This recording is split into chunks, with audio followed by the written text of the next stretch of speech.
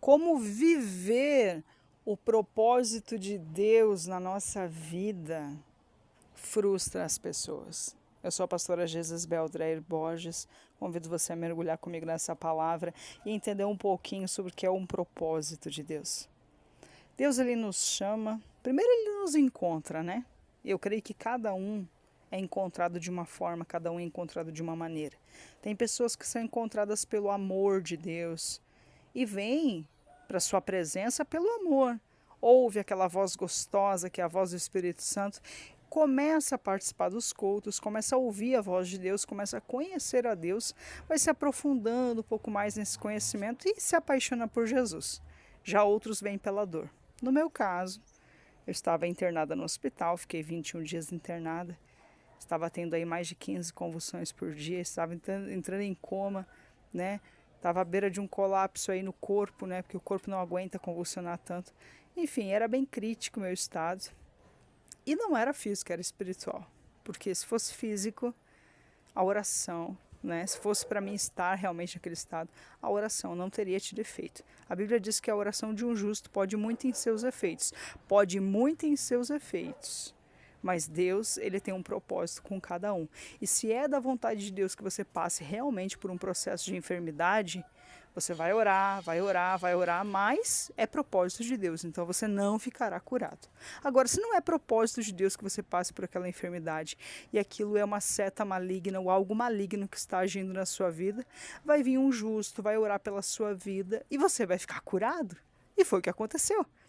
Eu fui participar do culto, minha irmã me convidou, participei de 3 cultos, no 3º culto aceitei Jesus, porque Jesus é maravilhoso, e deixei de tomar o medicamento. O Senhor foi me curando, me restaurou, né? Me curou, me libertou, eu que era mãe de santo em terreiro de candomblé, e o Senhor me traz para a sua presença gloriosa. 11 anos depois pregamos a palavra, hoje somos pastores, né? Eu digo somos, por quê? Porque Jesus estava junto comigo, então é sempre eu e ele, eu não estava sozinha, né? Quando você chora, Jesus chora com você. Mas falando sobre propósito, sabe que às vezes a gente cumprir o nosso propósito vai desagradar algumas pessoas, né? Porque veja bem, seus pais, por exemplo. Seus pais, por mais que seja cristão, né? Mas eles traçaram um plano para você. Ah, eu quero que a minha filha ocupe a minha cadeira, eu quero que meu filho ocupe minha cadeira. Eu quero que ele venha para cá, eu quero que ele esteja aqui na mesma cidade que eu, junto comigo. Eu quero que ele esteja no mesmo ministério que eu quero que ele faça parte, eu quero que ele toque no conjunto, eu quero que, né? Eu quero que, eu quero que. E às vezes Deus não quer, não é mesmo? Os propósitos de Deus, eles são bem diferentes para cada um, né? Por isso que a Bíblia diz que um ele chamou para apóstolo, outro ele chamou para ser missionário. Um vai mais para a missão, outro vai mais para a questão do ensino, outro vai mais para essa parte mesmo do pastoreio, de pastorear mesmo a ovelha, né? E o propósito ele é muito diferente. E quando a gente decide, assim, ó, de verdade mesmo, sem clichê, sem forçar nada, de forma natural mesmo, sabe? Sabe que as coisas de Deus, ela flui ao natural. Quando você decide de verdade viver esse propósito, que é o propósito de Deus na sua vida, você vai desagradar muita gente. Porque às vezes você tem potencial, sabe? As pessoas vão olhar e vão dizer, nossa, mas essa pessoa ela tem tanto potencial, o que ela está fazendo aí? Ai, por que essa pessoa está lá naquele buraco lá? Né? Não é assim? Por que está lá naquela igrejinha lá, pequenininha? Por que não vai para uma igreja maior? Por que não vai para um ambiente diferente? Tá aí nessa igrejinha. Ah, mas se... Ah, não tem chamado, porque se tivesse chamado, tava numa igreja grande, né? Tava num lugar onde tem muito holoforte, onde você vai ser visto, onde você vai crescer, onde você vai ser, como é que eu vou dizer, reconhecido pelo ser humano, né? E o reconhecimento não é humano, né? Quando a gente começa realmente a entender o nosso propósito e a buscar de fato, de verdade mesmo, o reino de Deus, não o teu reino. Aí você decide morrer para você. Morrer para mim, morrer para você. E o que é esse morrer para você? É morrer para a tua vontade. É morrer para o teu orgulho, morrer para o teu ego, morrer para os teus desejos, né? Você começa a deixar de lado o teu querer, a tua vontade, os teus desejos. E você começa de fato a viver a vontade de Deus. E se não sempre, 99 das vezes, a vontade de Deus não é a tua vontade. Porque os planos de Deus não são os teus planos. E a Bíblia diz que os planos de Deus, eles não serão frustrados, né? E aí o que é frustrado? É os nossos planos, né? E como é frustrado, né, gente? A gente vai lá, a gente traça um plano, não vai dar tudo certo, eu quero tal coisa. Eu me lembro de um missionário, um casal de missionários, que estava lá na Argentina, e eram meus amigos. E eles disseram assim, que eles tinham uma casa, e que ele começou a construir a casa dele, né? Ele estava trabalhando, a esposa também, os dois juntos, adquirindo, né? Não, vamos guardar, vamos construir nosso cantinho. Tiveram o primeiro filho, era bebê. Quando ele termina de construir a casa, ele se forma, né, em teologia, e aí o pastor dele começa a falar com ele, olha, o campo precisa de pessoas, saia, vá fazer a obra, eu vou te enviar para um campo missionário, para uma cidade específica, você vai para lá, você vai fazer a obra lá. E antes disso, antes de acontecer tudo isso, antes dele receber essa proposta, ele disse assim, eu vou construir minha casa, se eu morar 1 ano dentro dela, tá bom. Como a nossa palavra é profética, né? Como a nossa palavra é temperada. Por isso que a Bíblia diz que a boca do justo é medicina, ou seja, é cura. E ele disse isso, que ele ia construir a casa dele, e se ele morasse dentro 1 ano, estava bom. E foi exatamente o que aconteceu. Ele morou 1 ano dentro da casa. E aí ele foi lá para a costa da Argentina.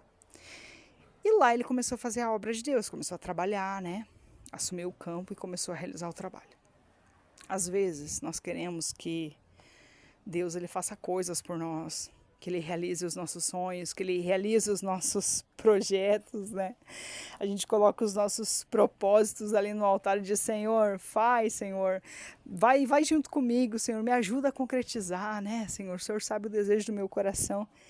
Mas às vezes a gente não quer desprender tempo para a obra dele, para o reino dele, para as coisas dele, para a casa dele, trabalhar para ele. Eu digo trabalhar mesmo de verdade, arregaçar as mangas, ganhar almas para o Senhor, produzir para o seu reino, visando o reino, não placa, sabe? Tem uma diferença muito grande. E às vezes a gente, né, pede tanto para Deus, mas não, o tanto que a gente dá em troca, o tanto que a gente dá para ele, não é nada se comparado com aquilo que a gente pede para ele, entende? A gente pede muito. A gente pede muito, pede. Tem gente que tem lista para pedir coisas para Deus. Lista para pedir coisas para Deus. A gente pede muito, a gente é especialista em pedir. Mas já quando o viés, ou seja, a contramão, o outro lado, que seria o agradecimento, parece que a gente... eu vou agradecer o que hoje? Vamos agradecer o Senhor? Mas o que eu vou agradecer? Né? Vou agradecer o quê? Agradeça a sua saúde. Sim, claro, né? Agradecer a saúde, né? É verdade, né? É verdade. Eu tô vivo. Gente, tem gente que não levantou essa manhã.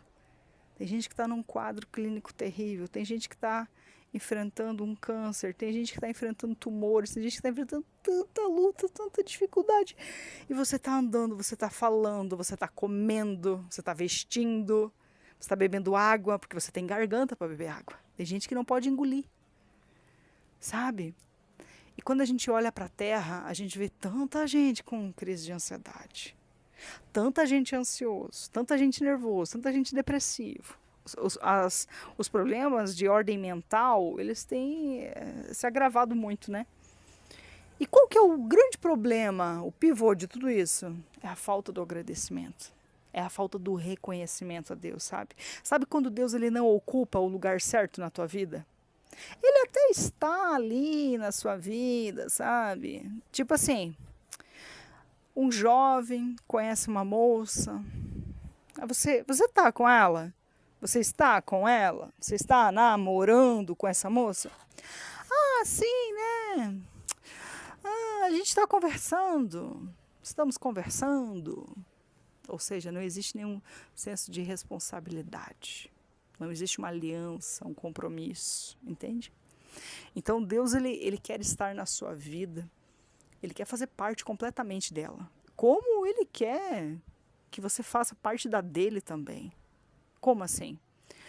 Você vai falar coisas para Deus e Deus vai falar coisas com você também. Você vai contar segredos para ele e ele vai contar segredos para você também. Ele vai abrir o coração dele e ele vai mostrar o coração dele para você.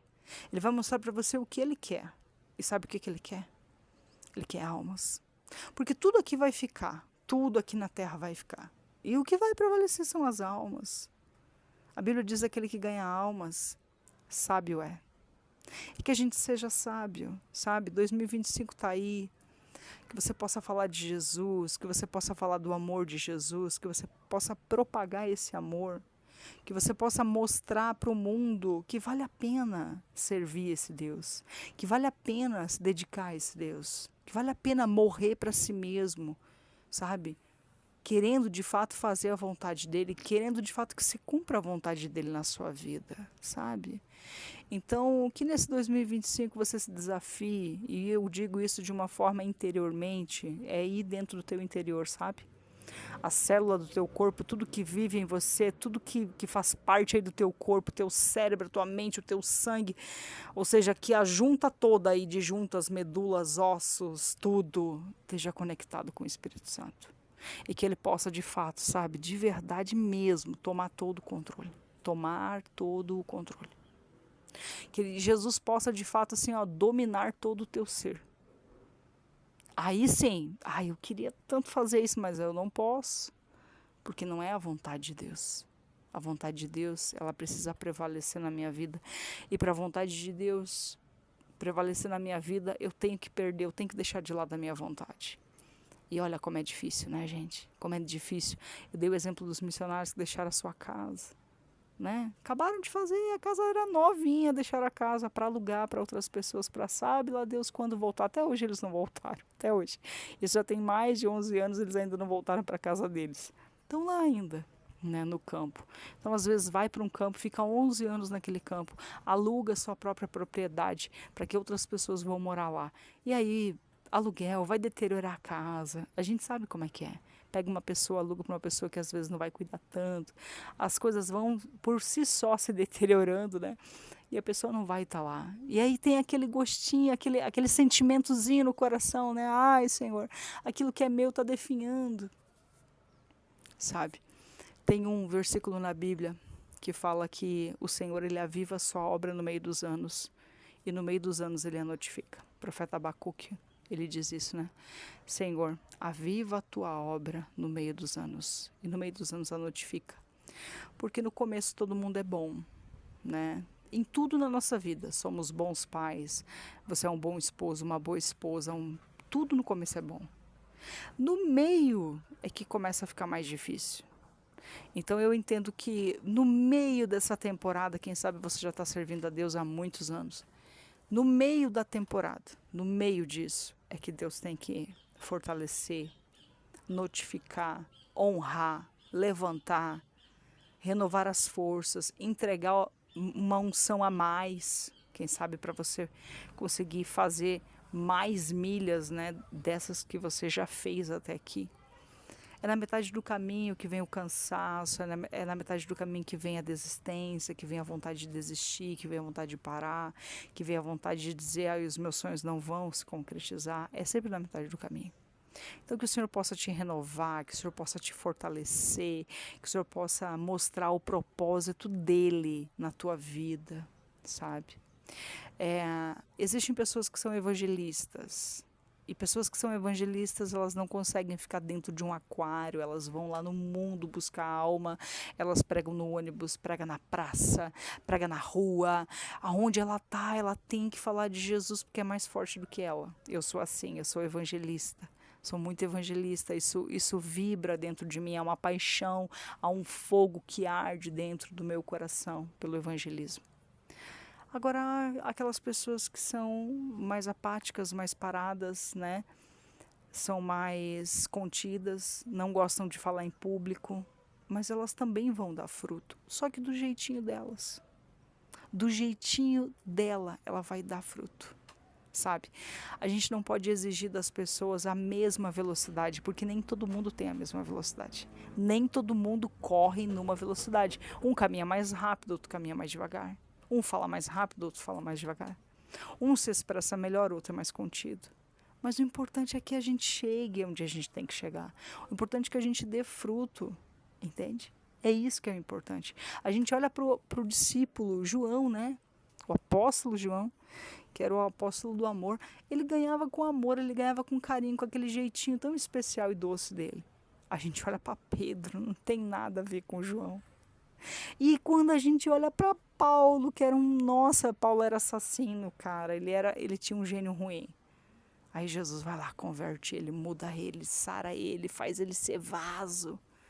Até os lenços de Paulo curava, né? Ele distribuía os lenços para as pessoas, ele orava aqueles lenços. Olha, eu não posso estar lá de corpo físico, mas eu vou dar um fragmento de mim, eu vou orar esse lenço, você leva esse lenço para a pessoa, coloca lá e parte de mim, da unção que está em mim, eu vou passar para esse lenço e quando tocar na vida dessa pessoa, ela vai ficar curada.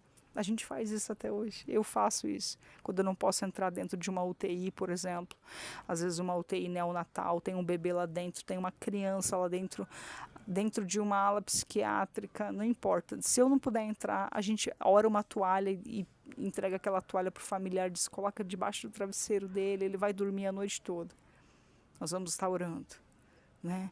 Então ele fazia isso. E quem foi o apóstolo Paulo, né? Um grande homem de Deus. Mas o propósito dele era diferente, ele era missionário, ele foi aquele que mais abriu igrejas, enquanto Pedro se sentia mais confortável dirigindo a igreja de Jerusalém e não queria alçar novos voos e passar os muros, né, de Jerusalém. Ele permaneceu ali, era o propósito dele. Já Paulo, ele queria ir além fronteiras. Então existe uma chama ardente que vai arder dentro de você, porque o próprio Deus vai colocar essa chama ardente dentro de você.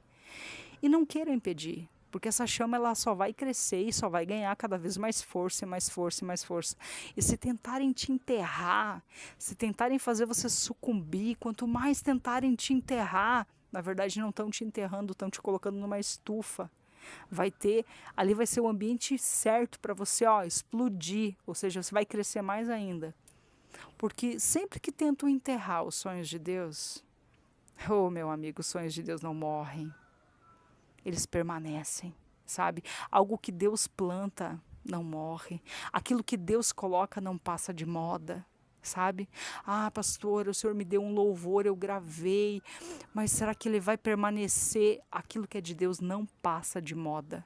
O de Deus não passa de moda. O de Deus não passa de moda. Você vai pregar uma mensagem hoje, daqui 20 anos a pessoa vai ouvir, porque a mensagem estava carregada. Era uma palavra temperada, cheia do Espírito Santo. Aquela mensagem ficará gravada no coração daquele ser humano. Aquele louvor ficará gravado no coração daquele ser humano, porque o que é de Deus não passa. O que é de Deus não morre, o que é de Deus permanece. E se existe um chamado de Deus na sua vida, e se existe ali um propósito de Deus, porque Deus tem propósito com cada um de nós e é diferenciado, isso vai gritar dentro de você, isso vai gritar dentro de você. Eu me recordo quando eu fazia teologia, né? A gente ia para aula, sabe? Tinha aula segunda, tinha aula quarta, a semana toda. E aí chegava o final de semana, a gente ia para o culto, e quando eu entrava no culto, aquilo me angustiava, eu dizia, Deus, tá todo mundo aqui dentro, cultuando, te louvando, te adorando, e as pessoas que estão lá fora? E quem está lá fora, Deus, que está gemendo, que está gritando, que está sofrendo, quem é que vai lá fora salvar essas pessoas? Se está todo mundo aqui sentado confortavelmente na sua cadeira e no seu ar-condicionado, não dá para mim, Deus. E aquilo gritava, gritava, gritava, gritava dentro de mim. Eu me lembro quando eu cheguei lá em Rivera, no Uruguai, e nós batizamos várias pessoas ali naquela cidade. Eu dentro do monte, Deus me mostrava uma árvore, Deus dizia assim, norte, norte. Eu pensava, meu Deus, norte, norte. Norte, eu pensava norte do Brasil, gente, vou para o norte do Brasil, não pode ser. E aí Deus dizia norte, norte, você vai para o norte. E aí no segundo dia do monte, Deus dizia norte do Uruguai, norte do Uruguai. Aí eu recebo um telefonema: pastora, vai orar pela minha irmã que está lá no norte do Uruguai, na cidade de Ribeira. Aí vem a revelação, né? Eu falei, eu vou porque Deus já tinha falado comigo no monte.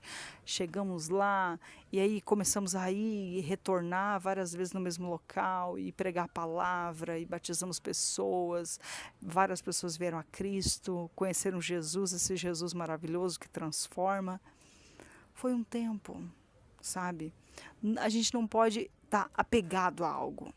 Missionário, uma pessoa que vai para um campo, uma pessoa que vai levar a palavra para alguém que está no mundo, o missionário, ele faz o primeiro trabalho. Porque a Bíblia diz que um é o que planta, o outro é o que rega.